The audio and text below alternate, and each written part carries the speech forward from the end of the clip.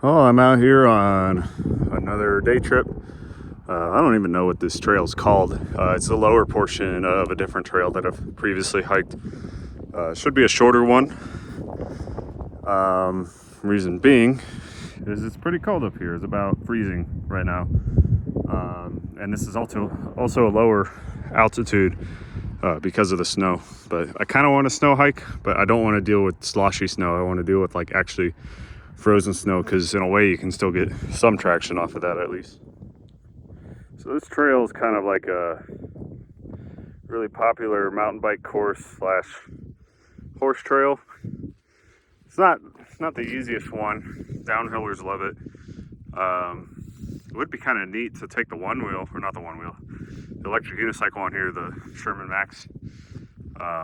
Except for the fact that like everything around here is so loose. Everything's got so much sand in the trail, and that thing just does not do well with any kind of loose terrain, like little rocks, big rocks, sand, anything that like easily can be kicked away. It slips like crazy, but it'll do rocks as long as the rocks don't move, and it'll do dirt as long as the dirt's packed and it's not moving out from underneath it. I don't know. Maybe one day I'll find a mountain bike trail up here that would be a neat little trial for the veteran Sherman. I don't know if I want to go snow hiking on a popular trail though, because some of these packed down mountain bike tracks are like ice. So I would definitely need to get like boot chains or something, and also the snow boots for my, or the snow rings or whatever you want to call them for my trekking poles. One thing's for sure, the new camera system on the iPhone 15 is absolutely insane, especially, I mean, coming from the iPhone 11 Pro Max. Just right out of the gates, it starts with ProRes, and I thought it was just going to be like regular ProRes or LT for lightweight ProRes, but no, it's HQ ProRes. It's still the 442, not the 44 or 44 or whatever. But that just makes editing so much better. I can push everything so hard before like colors start banning and stuff like that. It's so sharp. I always record in 4K 30 because you need a hard or solid state attached, a very good one at that, to do 4K 60, and I don't really need that anyways. But I've been pushing color grading as hard as possible on these last couple hiking videos, and for the most part, it doesn't let me down. Sometimes with the hue and saturation curves, I do get, I don't know what it's called. I call it blanking, when there's a certain vivid color that just suddenly turns to gray when pushing some color palettes. But like editing on a regular M1 MacBook Pro in Final Cut Pro, like it gives me no issues. I don't even use shadow files, and it renders the video. It'll render like a 15-minute video in about like an hour, versus with my DJI Pocket 2, it's using scenic H26 something 462 or whatever. I forget what it is. Just MOV files, and it edits fine on the M1 Mac, which is kind of crazy. But a 15-minute video will take like 6 hours to render, because it's got to chew down the MOV file into ProRes before it can work on it, and then it spits it back out as a 264 or whatever file, MOV MP4, highly compressed format. But yeah, all these hiking videos have been shot on my iPhone 15 Pro Max. Also, the image stabilization, the sensor stabilization is pretty crazy too. I'm in half focal length right now, the ultra wide. So there's no sensor stabilization, but all the other focal modes are crazy. You just get super smooth panning. You could get some real cinematic shots with just a cell phone. So one thing I eventually want, at least by next winter, is some at least a smart wool base layer, because I only have one of their products. I'm not sponsored by them in any way. But it's their socks. I got their extra thick socks, and I wear them on every single hike, and they're amazing in every way, because they're extra thick, They have more cushion. They make my boots more comfortable. They'll fill larger boots. They don't work so well with like my cowboy boots or my older hiking boots.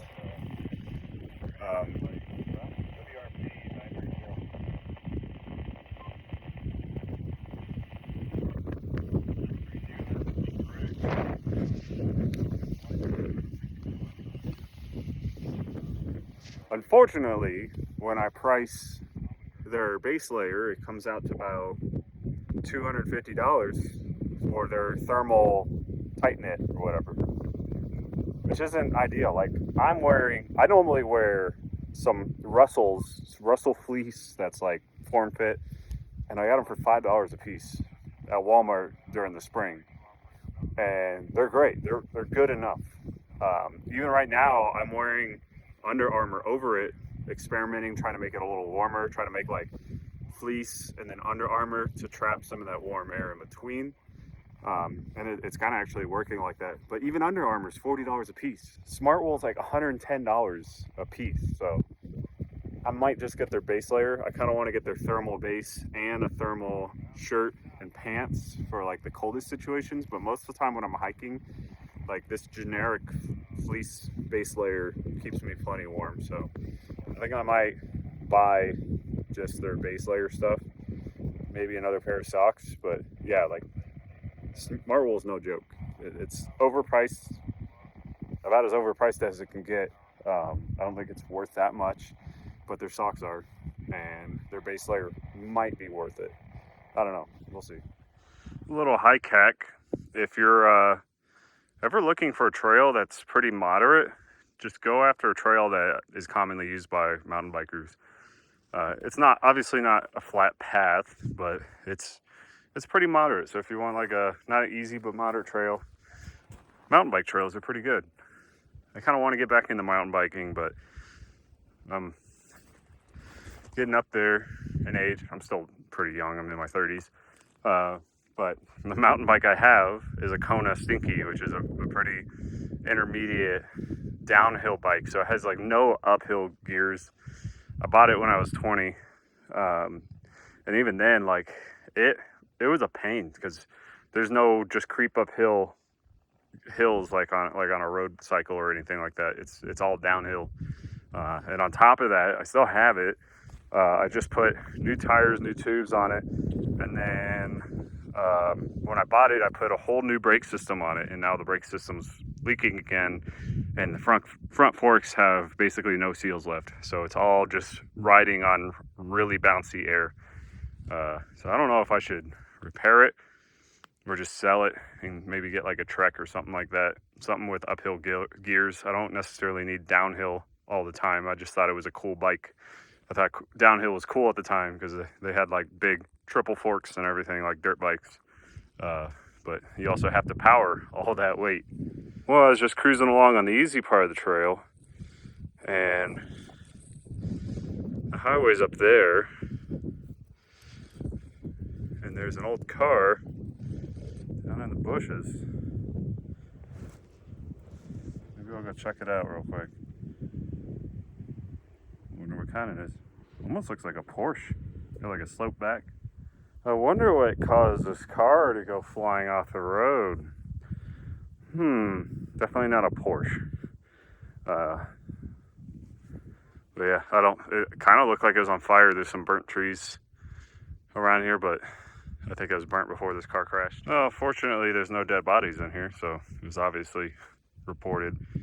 Wonder if they're ever gonna pull it out of here, or if they're just gonna leave it, because it's kind of right next to a major drainage culvert. It would take one hell of a crane to get it from there all the way back up there. I wonder if it went flying off or if it somehow went rolling down, because this entire highway's got guardrails and I haven't seen any destroyed guardrails. But yeah, it's a Chevy Malibu. With the glare on my screen before, it kind of looked like an old Porsche. It's obviously not that. It looks pretty recent. There's no rust or anything on it. Yeah, that whole guardrail's intact. The rail looks shiny like it's new, but all the wood blocks supporting it look pretty rotted. Not rotted, but weathered. So I don't know when this car happened. I mean, it is Arizona. But I mean, it still rains and snows up here like crazy during the winter, but there's like no rust on it that I can tell. So it had to be sometime this year, unless Chevy Malibu primer is just really good. Yeah. I accidentally started this video in regular HDR mode, and I'm like, wow, ProRes alone has a lot of dynamic range because I can see the sun and my face, but it was in regular HDR mode. But obviously, I can bring it back in post since I'm shooting in ProRes. One thing I hate about all of these Baofengs, and pretty much most of the cheap Chinese radios, is they're what's called direct conversion, or some people just call them SoC radios. And squelch just did not work. When I'm scanning, I leave my squelch on 9. That way it's not picking up every single noise in the area.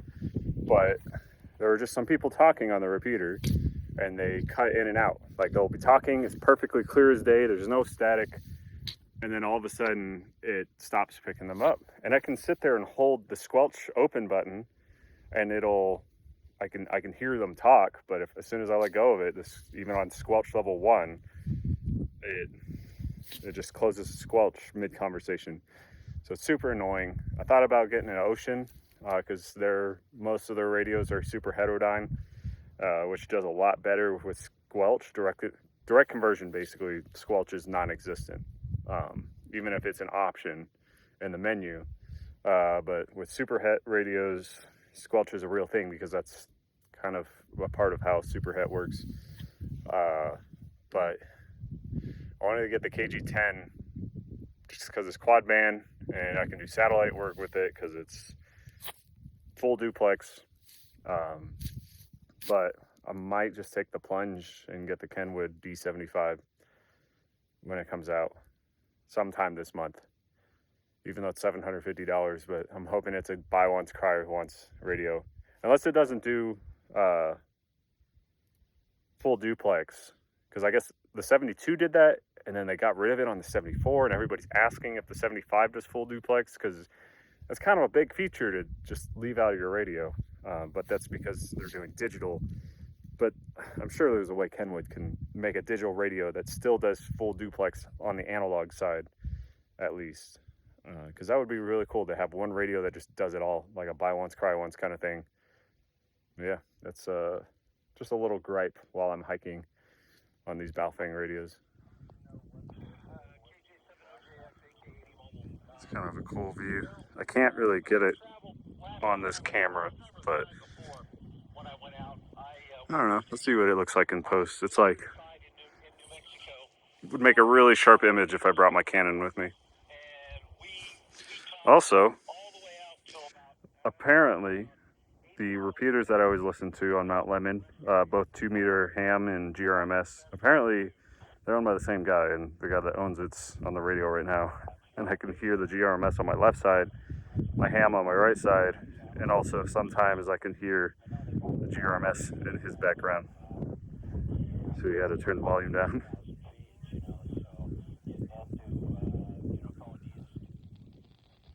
Oh, this is my turnaround point. This is where I've started to hike before, and I went all the way up into those mountains. And then, no, just a quick zoom. I need to turn that off. And then there's like 2 saddles that I've hiked about 4 miles that way and then 4 miles back. But yeah, I've already hiked all this trail. I just wanted to complete this bit going back. Molino Basin, that's what this trail was called. And that's the hill that I had my repeater semi-successfully planted on. I still need to work out the bugs on it. Everything works fine on it now, but the problem is, like I said with those Mophie chargers, is you have to manually start them and you can't leave them on. So you plug your USB in, there needs to be a draw, you push the button on the side, like the status light button, and then it'll turn it on. And as soon as the radios are charged, it turns off, and then the radios die. Really, Mofi's a really crappy brand, honestly. I stick with Anchor when it comes to cables and batteries, at least. They're shady on some of their other products. But yeah, I need to figure out another battery situation for those radios before I do like a week-long test with them. I think if I get the Kenwood 75, I definitely want to get one of the Smiley antennas, just because like when it's fully collapsed, give me the instant zoom iPhone, there we go. When it's fully collapsed, you get quarter wavelength, and it's good for like scanning and listening. And then when you want to talk, you can extend it to its full length, which is 5/8. And I really like my Baofeng AR152 with the 5/8 length Abri antenna, but the problem is hiking with it, it weighs as much as my two hiking radios with the 30-inch Nagoya antennas. So I kind of want a one and done radio that just does everything, and it does it well, and it's got amazing sensitivity as all Kenwoods do. Well, the end of my hike was actually that parking lot back there, but across the road, according to the GPS, there's a really short trail here. Doesn't look like it goes up that many topo lines, so I'm just gonna knock this one out while I'm here. It's part of the Arizona Trail too. So the Arizona Trail, the trail that runs all the way through Arizona, goes that way, which I might hike at a different date, and then turn back and hike again. Maybe follow that like 5 miles in or something. And this is the branch trail that's not too long, so I kind of want to just hit this one now and see what it's all about. I've been thinking more and more lately that like I not only need to find some real tourniquets to add to my medical kit, some real like quick clot, that's the kind that's meant to be packed in my med kit, but also I need to find some like real C-splints, because I've fallen a few times while hiking. I've mildly twisted my ankle and everything's just been fine so far, but I was thinking is like if I'm by myself and I roll my ankle like really bad, the C-splint's it's not the best, but it's pretty good at bracing your ankle. And then I got my hiking poles to brace myself or to support myself as I hike back, because my original idea was like breaking limbs. I have hiking poles that I can use as a splint, but realistically I'm going to want to keep those hiking poles available to hike out. So yeah, like I know where to get quick clot, but finding a real tourniquet that's not going to get you killed is a lot harder to find. They're usually just fake knockoffs. I just got done with that last clip and I heard like a voice from getting carried in the wind, and there's climbers up there. I can see them. Let me try to find them in the camera. I can't see. There he is. I was wondering why this trail just suddenly goes up super steep and then just suddenly ends. It's a rock climbing face. Well, I guess this short little branch off of the Arizona trails just kind of leads up to this basin. I think it goes a little bit further, but it's nothing major. I'm glad I explored it just to see where it goes and why it's here. Some beautiful views. Again, like there's that little stint and then people rock climbing up there. It's crazy how far away they are. Let me find them in the viewfinder. I can see them. Is that one guy? It's crazy how far away they are, but the way the wind's blowing, I can hear syllables, but I can't hear what they're saying. Just carrying in the wind this far away. And there's some more people over there. It's also hard to see when shooting ProRes because there's like almost no color. And that guy's wearing a blue shirt, but I can barely make it out on my washed out screen. Well, that's it for this hike. Maybe next time I'll try that stint on the Arizona Trail. I was even thinking, like, depending on how long it is, I know it goes all the way to Reddington, but if it might be neat to hike it like all the way through, like have someone drop me off up here, do like a single overnight or maybe even 2 overnights, and then hike it all the way to Reddington and either see if somebody will pick me up from Reddington Road, or I'll just have to hike Reddington Road all the way back to the pavement because it's all dirt road out there. But that would be neat to slowly get the Arizona Trail done one segment at a time.